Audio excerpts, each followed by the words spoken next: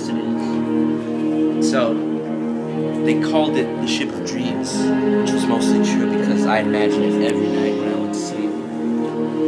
And it was nice the first few days, just, you know, going around the, you know, the, what would you call it, the bow of the ship. You know, I met a woman. I did.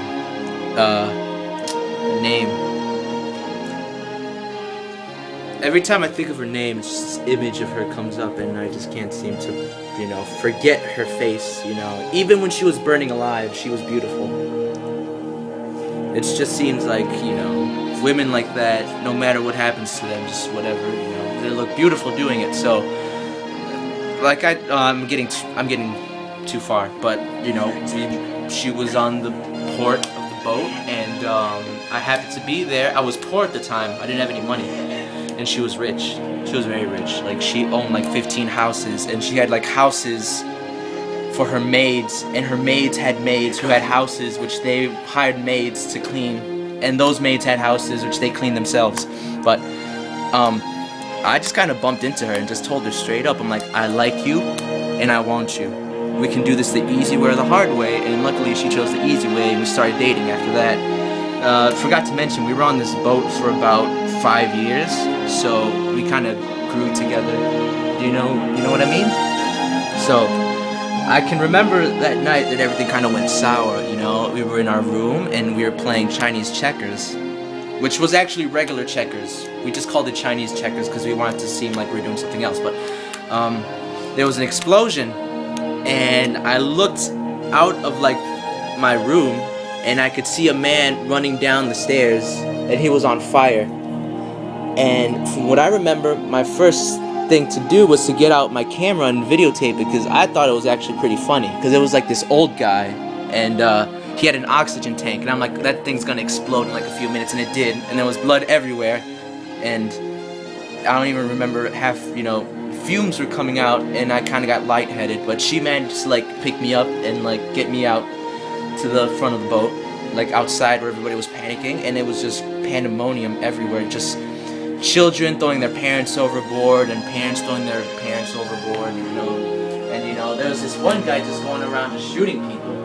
I don't even know, like there was a shipment of puppies to be delivered to New York that day, and he just went into the room with all the puppies and just started shooting them, and he said something about not wanting them to drown, and he said, I have to do this myself. But he eventually shot himself.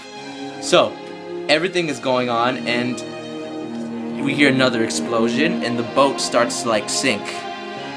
There's only one lifeboat, and the captain like gets out a sword, starts cutting people, and he makes his way to the lifeboat, and they start putting it down, but someone grabs like a rock, like a really sharp rock, and they throw it at the lifeboat, ends up sinking, and he ends up drowning to death. So what I do is I get a bunch of banana peels that had been left the day before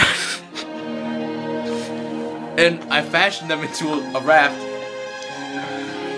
and I kind of do this all the way in the back where no one can see me, so it's just me and her who are floating on these banana peels. And you know, there was we were out at sea for quite a while. I'd say at least a few months. You know, that's when we start getting, you know, we've managed to like stay, you know, how can I say this? We had gotten really hungry until until a certain point in those few months, which is when she decided that it'd be best if I ate her, because she wanted me to go on and live, because she knew I was going to do like great things in life. Yeah, and what she ends up doing is she ends up setting herself on fire, because she wants to be prepared right. You know, she knows I like my steaks medium, like really well done, because when we would be on the boat, and I wouldn't know how to order my steak, and she'd just say, oh, do you like it, you know, well done? And I'm like, alright, it's cool. So she ends up burning, and it's a miracle that the boat didn't catch on fire. I don't know what it was, it just didn't, it never happened. So there she is, and I couldn't even eat her. I don't know, I think she was cooked too much. It's just, I didn't like my food burnt. So another few months goes by, and I just, like, out of nowhere I see a boat. It's just like, not like a huge boat, like a small tugboat. And I hear a voice that's really familiar.